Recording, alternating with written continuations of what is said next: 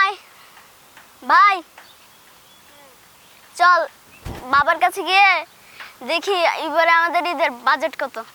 বাবা, এবারে আমাদের ঈদের বাজেট কত? বাবা, আমাদের ঈদের বাজেট নেই, আমরা গরিব মানুষ, ক্ষেত খামারে কাজ করে খাই, এক তো করে ভালো মতন খাওয়াইতেই পারি না। দুই ভাই মিলে 2 কেজি ওজন হবি।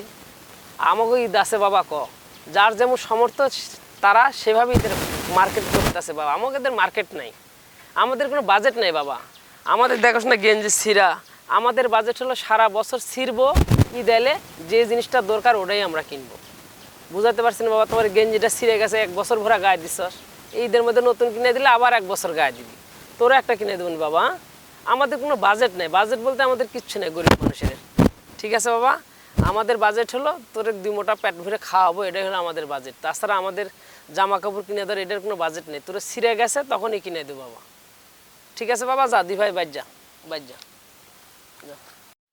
আসলে দুঃখের কথা কি বলবো ভাই, এটা একটা শিক্ষণীয় ভিডিও। এক এক সময় একটা চলে আসে। এখন দেখেন সবাই বাজেটের পিছিয়ে আছে, বাজেট হয় সংসদে পাস, এখন প্রতি মানুষের জন্য একটা করে বাজেট পাস হচ্ছে। তাহলে কোন দেশে আসছি আমরা? চিন্তা করছেন একবার? আসলে ভিডিওটি শিক্ষণীয়, আমি কথাটা বলতে চাচ্ছি, এটাই বোঝাতে চাচ্ছি। প্রতি মানুষের জন্য এখন বাজেট পাস হচ্ছে। বাবা মার কাছ থেকে সন্তানেরা বাজেট পাস করতেছে, স্বামী তার স্ত্রীর কাছে বাজেট পাস করতেছে, যে স্বামী প্রবাসী থাকে, বউ দেশে থাকে, স্বামীর কাছে বাজেট পাস করতেছে।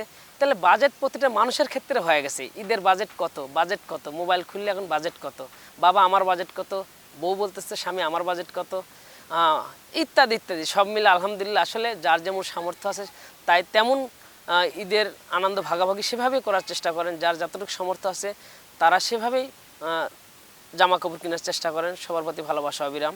সবাই ভালো থাকবেন, আমার জন্য দোয়া করবেন।